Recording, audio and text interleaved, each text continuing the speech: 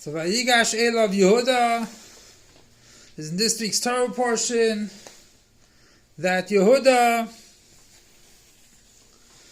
approaches Yosef and he causes that Yosef should fall apart and admit excuse me.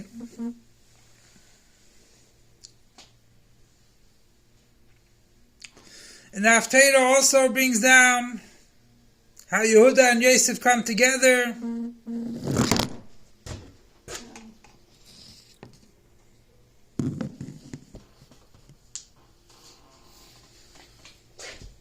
How Yehudah and Yosef come together.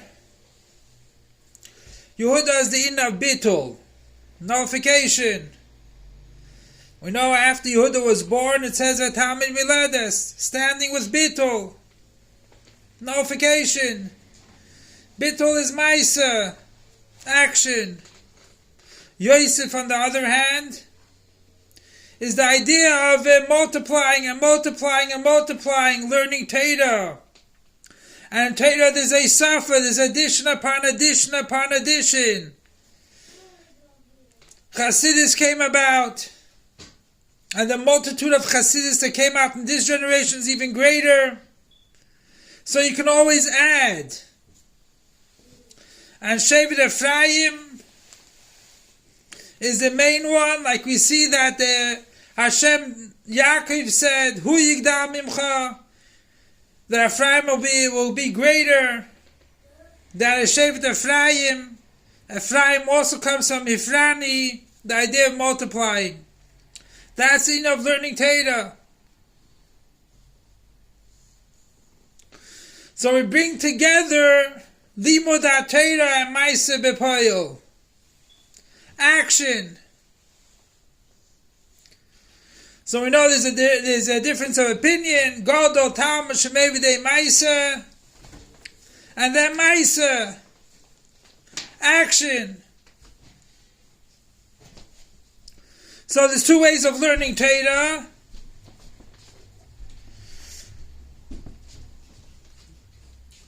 Regarding to Maaseh, action. One way is that since you're learning Torah and you're paskening of halacha, you are saying the psak din, you're giving up the law, you have to know Torah. So therefore you learn a lot of Torah. And you'll learn Torah the way you're supposed to learn Torah. Because if you don't learn Torah the way you're supposed to, then you might give a pshat which is outside of the pshat of the Gemara or the halacha. And then another thing in Torah is to add. Since you are learning all the halachas you're learning all the parts of Torah which are connected to the halacha, that is the idea of learning Torah la'afashala, to learn abundance of Torah. That's the idea of Kifrani, Yosef. So that's how we have the union of Maaseh and Limud together. That's the idea of Yehudah and Yosef coming together.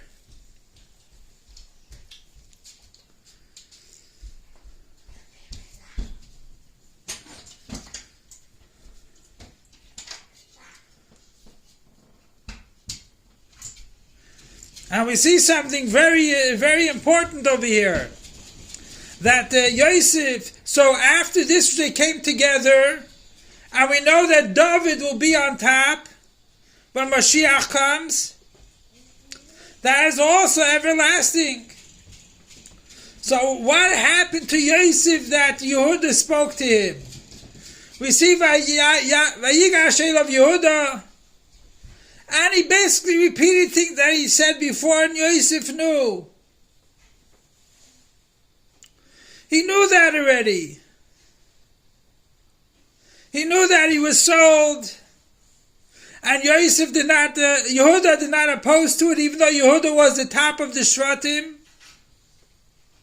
He did not oppose to the selling, and that's why we see Yehudah went down, because he felt bad that he did not oppose it, the selling of Yosef. So why wasn't he able to overcome?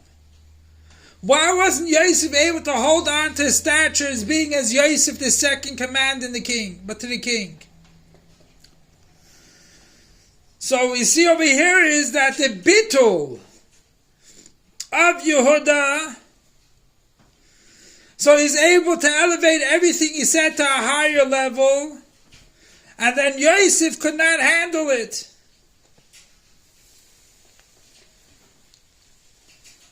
Because through bittul you reach a much higher level.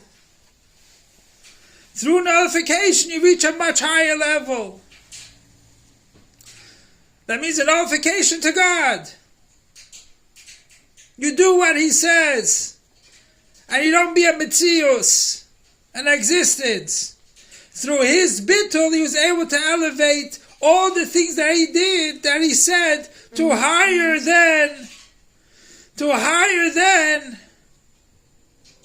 seichel and everything else. And that's why he couldn't, overcome it.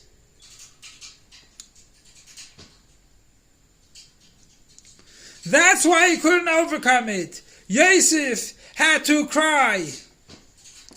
And that brought also that even though bechitzonius and outwards, it looked like that they sold him as a slave and everything else, that brought out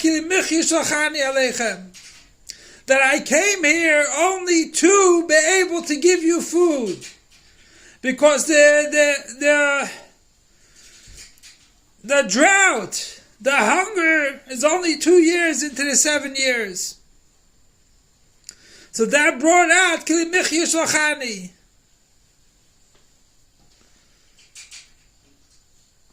So even though Yosef was higher than the Shvatim, because the Shvatim were Royei Tzayin, they were separated from the world, they only dealt with Tzayin, they were more spiritual. But Yosef was a Mishnah Lamelech, he was a secondary to the king. And he kept in Yiddishkeit. And even when after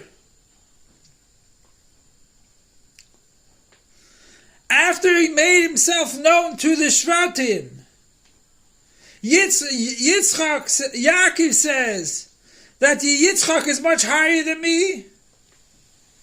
But nevertheless, when Moshiach comes, it will be David above him. What that is dafke the bittul.